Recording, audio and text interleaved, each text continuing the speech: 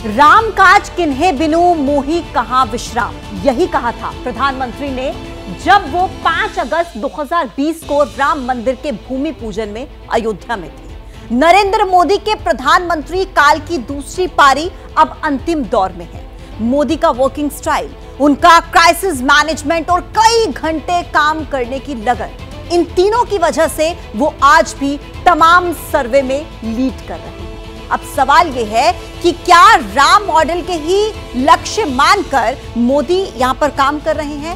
क्या मोदी इसलिए है सबसे सफल क्योंकि वो मानते हैं राम मॉडल? देखिए।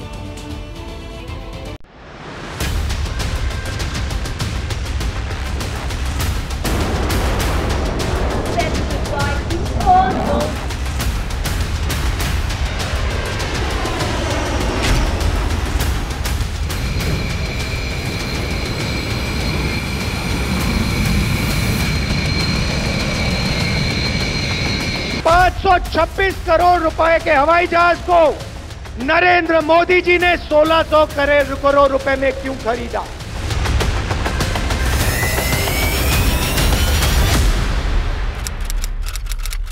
दिसंबर 2018, रायबरेली, उत्तर प्रदेश। मध्य प्रदेश, छत्तीसगढ़ और राजस्थान, 3 राज्यों में बीजेपी की करारी शिकस्त के बाद उस दिन नरेंद्र मोदी की पहली रैली थी। कांग्रेस और विपक्ष राफेल विमान सौदे को लेकर केंद्र सरकार पर जबरदस्त हमले कर रहे थे।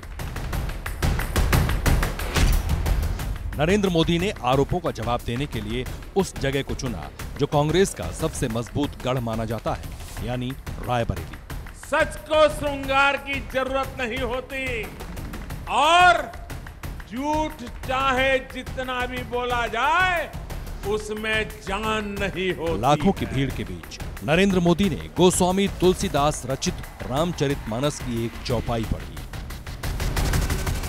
साथियों, रामचरितमानस में एक चौपाई है।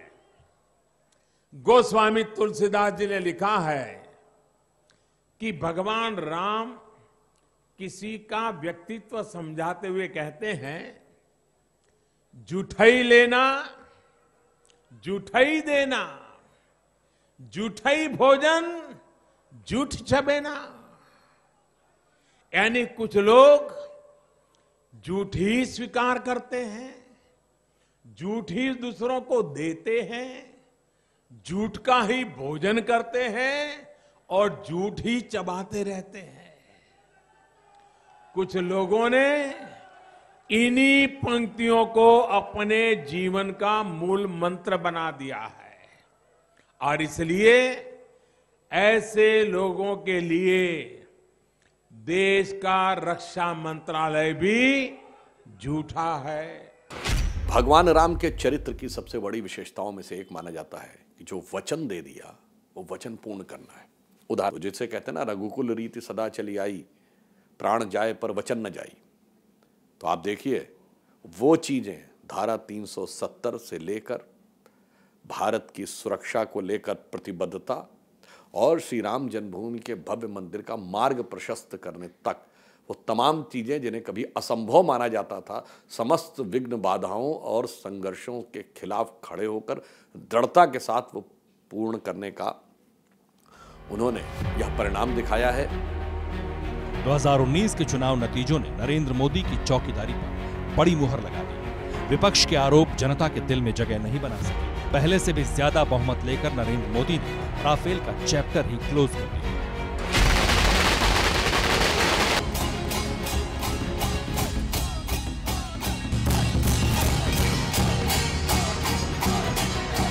लेकिन यह पहली बार नहीं था जब मोदी ने अपने एक्शन, एग्रेशन और एडमिनिस्ट्रेशन को रामायण या रामचरितमानस की पंक्तियों से बयां किया हो। मोदी कहते हैं कि उनकी विदेश नीति से लेकर टैक्स नीति तक राम से बहुत प्रभावित है। यकीन ना हो तो खुद मोदी से सुनिए। 16 जनवरी 2024, श्री सत्य साई नगर, आंध्र प्रदेश। प्राण प्रतिष्ठा के ऐतिहासिक कार्यक्रम से 5 दिन पहले की बात है। श्री सत्य साई नगर के पल समुद्रम में प्रधानमंत्री ने NACIN यानी national academy of custom indirect tax and narcotics के नए परिसर का उद्घाटन किया।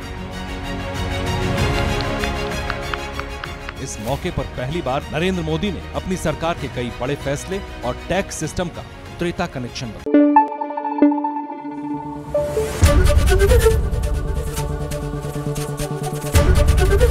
एबीपी न्यूज आपको रखे आगे।